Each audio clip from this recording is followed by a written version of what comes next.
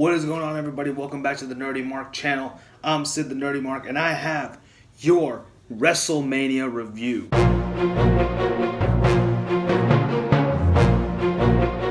By the way, I do want to mention that I am so glad Wrestlemania season is over, and I can now focus on other topics on this channel other than primarily wrestling. I want to focus on other stuff too, as you all know. So I'm just happy that WrestleMania is over and we can get into other great topics and other reviews. But with that out of the way, let's just get this rolling. So I'm going to go ahead and talk about the pre-show matches right now in one setting, and then we'll go to the main matches, all right? We start off with the Andre the Giant Battle Royal.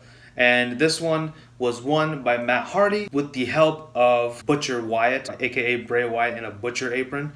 Apparently these two are a tag team now, so that's interesting. The match itself wasn't bad. I mean, it's the Battle Royal. I don't have much to say about it. And then we had the Cruiserweight Championship match between Cedric Alexander and Mustafa Ali, who looked like Sub-Zero in his entrance, which was pretty cool, admittedly. Cedric Alexander won. Really great match, really competitive.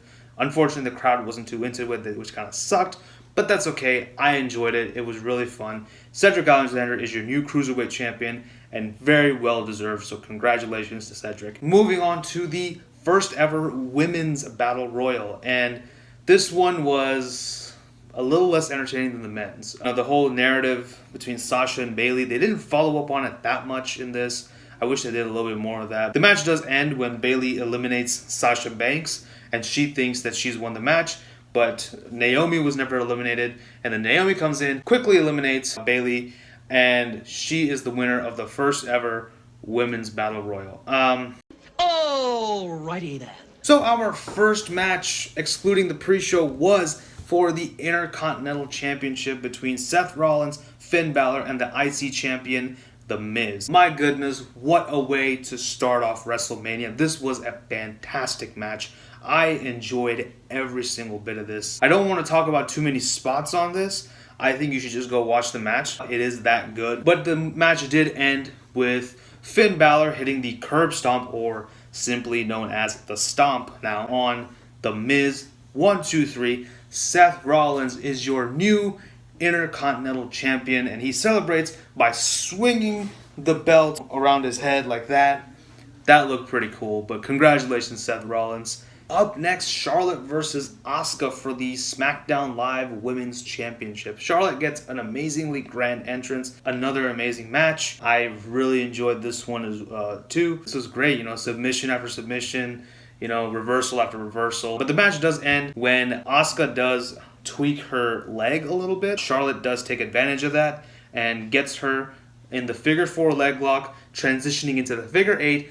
Asuka taps, and her streak is officially over. The match did end with Asuka getting on the mic, and she says Charlotte was ready for Asuka. As Charlotte's walking to the back, John Cena, who was actually sitting in the crowd, gets called up by a referee, and he whispers something into John Cena's ear, presumably something about the Undertaker, and he's like, he's here, or he was spotted in the building or something. John Cena jumps the guardrail and runs past Charlotte, who Charlotte looks at him like, that's John Cena. Do you not see him at least once a month? How are you so giddy after seeing John Cena? You work with the guy. But more on that later. Up next, the United States Fatal 4-Way match between Bobby Roode, Jinder Mahal, Rusev Day, and the United States Champion, Randy Orton. Quick note, somehow, in the Andre the Giant Battle Royal, Aiden English had hair, and then when he came out for this match, he lost all his hair. I don't know how getting eliminated makes you lose hair. This match was not bad. I mean, the match itself was decent. I really did like the entire match itself, but the finish was what really got me. Rusev getting distracted by Sunil Singh. He hits a Machka kick on Sunil, and he is about to go for one on Jinder Mahal. Jinder Mahal dodges, hits Rusev with the Kalash, and he wins. Why? are you giving titles to Jinder Mahal? He's a terrible champion. He did really bad things for the WWE champion. What makes you think just because you give him a mid-card belt, he's going to do any better? He's not. Jinder is a horrible wrestler. I'm sorry. I just don't like him. I don't want him in the title picture ever again. I liked the match itself. I just didn't like who won. And that too, he pinned Rusev. Why would you pin Rusev on Rusev Day? We then got the mixed tag team challenge. Kurt Angle and Ronda Rousey versus Stephanie McMahon and Triple H. First of all, the entrance for Triple H and Stephanie McMahon was anything but creative because it was literally the same thing as last year's. Instead of Triple H and Stephanie riding on one motorcycle, they each get a motorcycle because, coming out doing their whole Sons of Anarchy entrance. Again, very reminiscent of last year, so I didn't really care for it. Stephanie botches the water bottle thing, the water spit thing that her husband does. So, yeah, that was painful to watch. But, Ronda Rousey comes out. She's basically just wearing her MMA gear, so that's fine. That makes sense. And this was surprisingly a very good match. Definitely a lot better than that debacle we saw previously. This was really good. I really enjoyed this match. Stephanie McMahon actually doing a lot of great heel work here, with pulling Kurt Angle off the apron a couple of times and then going, oh, no, I didn't do anything. Triple H even teases doing a pedigree onto Ronda Rousey, which in this day and age, that's a pretty ballsy move. I know we're not in the Attitude Era anymore where Stone Cold Steve Austin would just stunner Stephanie McMahon. The match does end when Ronda Rousey gets Stephanie McMahon in her arm lock, and Stephanie taps pretty much instantly. That was pretty cool, showing that Stephanie can't wrestle. And this was a really good match. I enjoyed it. Good job, Ronda Rousey. Welcome to WWE. Next up, we get the SmackDown Live Tag Team Championship match. We have the New Day coming out in an AR projected version of pancakes, and we have a little pancake midget man, so short stack. Yeah, I get it.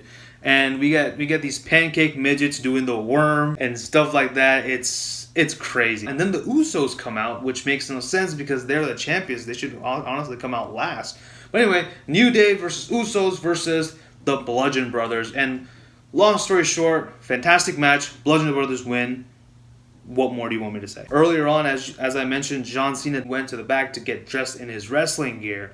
And then he comes back out and he's super excited because the Undertaker's here. We're finally getting that match. The lights go out. And instead of the Undertaker, we're greeted by Elias, who says that you were expecting someone else, but he doesn't have the charisma or the wrestling ability that I do. John Cena is frustrated. He's pissed off. He's about to go back into his seat. Elias is performing. John Cena has heard enough. He's pissed off. He comes back in the ring and beats up Elias, and he looks very disappointed until lights go out, and in the spotlight is Undertaker's gear from last year. It was still there. No one picked it up. And then lightning strikes the gear, and then out comes the dead man. And they finally have a match. This was pretty much a squash match. Didn't even go for 3 minutes. The match does end when John Cena tries to hit the 5-knuckle shuffle onto the Undertaker. He does "You Can't See Me," and then Undertaker sits up. John Cena is visibly scared. That was the best part about this match, by the way, was John Cena selling and him being scared of the Undertaker.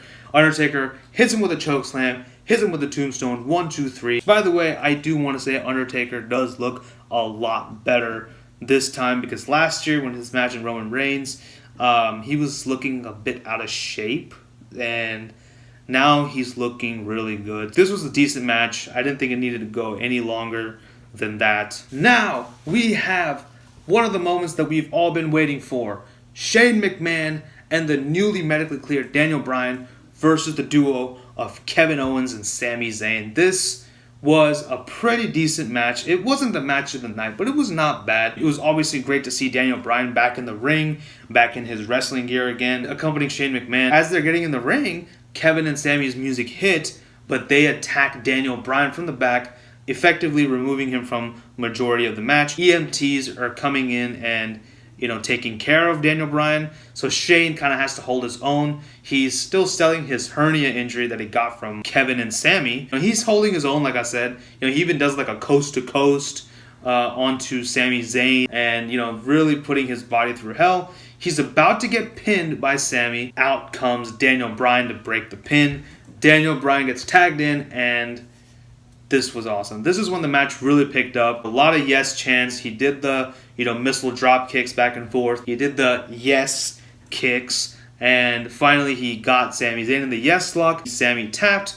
Kevin and Sami Zayn are gone from SmackDown Live. We now have Nia Jax versus Alexa Bliss for the Raw Women's Champion. Alexa Bliss comes out with Mickie James, and then out comes Nia Jax, who annihilates Mickie James, effectively taking her out of this match. Alexa Bliss looks scared. She basically has no chance. But this match does go on for a while because Alexa does get some licks in. However, it's not enough to keep the Irresistible Force down. Nia Jax picks up the much, much smaller Alexa Bliss, hits her with a Samoan drop. 1, 2, 3. We have a new Raw Women's Champion in the form of Nia Jax. This was not bad. I enjoyed it. And now we have the advertised dream match between AJ Styles and Shinsuke Nakamura for the WWE Championship. It wasn't as good as their bout in New Japan. However, I still enjoyed it. They both got their stuff in. Both of these guys are really good, fantastic wrestlers, great performers. If you put Shinsuke Nakamura and AJ Styles, they cannot have a bad match. I thought this was good. Shinsuke Nakamura goes for the Kinshasa, and which AJ counters into a Styles clash. 1, 2, 3. AJ Styles retains. But this was the best part, the post-match angle. After the match, AJ Styles goes towards Shinsuke Nakamura, and then they both hug it out as a show of respect because, they both came from Japan and, wrestled in Japan, always showing that respect. Nakamura gets the belt from the referee, gets on one knee, and offers it to AJ Styles. AJ Styles takes it, and Nakamura low blows AJ Styles and beats the crap out of him, taking him outside the ring, hitting him with a Kinshasa on the floor, turning heel. Nakamura is officially a heel now. This actually is a very interesting story. I'm really excited to see where they go with a heel Nakamura, as long as they don't give him a foreigner heel gimmick like I know they're going to do with Jinder Mahal now that he's US champion. Up next, we have Sheamus and Cesaro versus Braun Strowman and a mystery partner for the Raw Tag Team Championships. This is the most mysterious match on the card, and we're all wondering who Braun's partner is. Sheamus and Cesaro, unbefitting of their character, come out in a float with, a bunch of calls to New Orleans. They come out into the ring. Braun Strowman enters, gets on the float, and does, Braun, and everybody in that float gets scared and they leave the ring. That was a great moment. I love that. He comes in the ring and he gets on the microphone and he says, "My tag team partner is not anyone in the locker room. It's going to be one of you. In the WWE Universe. Who wants to be my partner?" And everyone's shouting. They all want him to pick Braun. Braun goes into the crowd and gets a small child. What? So, Braun brings the child into the ring, and the child's name is Nicholas. So, Nicholas and Braun Strowman are tag team partners. Another squash match. And Braun, Strowman, and Nicholas are your new Raw Tag Team Champions. But I'll be honest with you, at first I was kind of like, WTF, what the hell is going on here? However, I think, this is just this is a very endearing moment, and it's just good to see. I mean, he's a wrestling fan. He gets to team up with the monster among men. It's just I think it's just a feel-good moment. I'm looking at it that way. In that sense, this was a good match. Congratulations to Braun Strowman and Nicholas. And now our main event.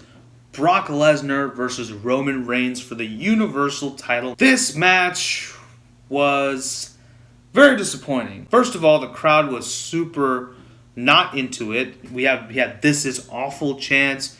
boos galore for Roman Reigns and for Brock Lesnar. And CM Punk chants, oh my god, you damn smarks, stop it with the CM Punk chants. He's not coming back anytime soon, okay? Just because you chant his name super loud does not mean his music's gonna hit and he's gonna come out and do some stuff. No, it's not happening. CM Punk is gone forever. He's happy making a fool of himself in MMA, so just let him do that, okay? Leave the man alone. Brock Lesnar and Roman Reigns have a very brutal and bloody match. Yes, it does get bloody because Brock does cut Roman on the forehead and he bleeds profusely. I think maybe Paul Heyman had a hand in this booking this match, maybe. Roman is really bloody, but he kicks out of 5 F5s in this match. But the match does end when Brock Lesnar hits a 6th F5. Actually, it should be called the F6 because, F5, if you hit a 6th one, so, you got to call it the F6. So he hits a 6th F5, 1, 2, 3. Brock Lesnar retains. So I guess he's sticking around for a while. This was a okay match. This was not a really good match. I actually didn't like this match at all.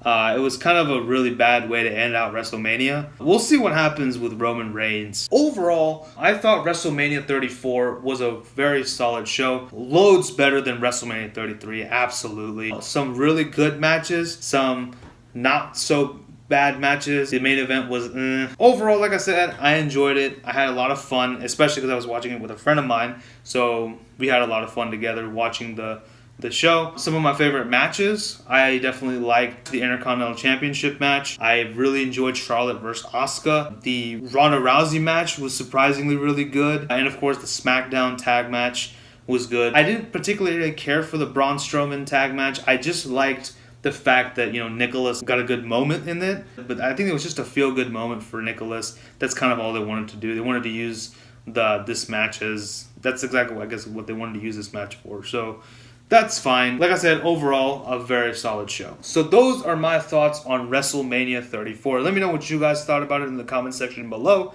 Also, if you like what you see, don't forget to like, share, and subscribe. Follow me on social media, and tell your friends about the Nerdy Mark. Until next time, this is Sid signing off. You guys take care. Bye-bye.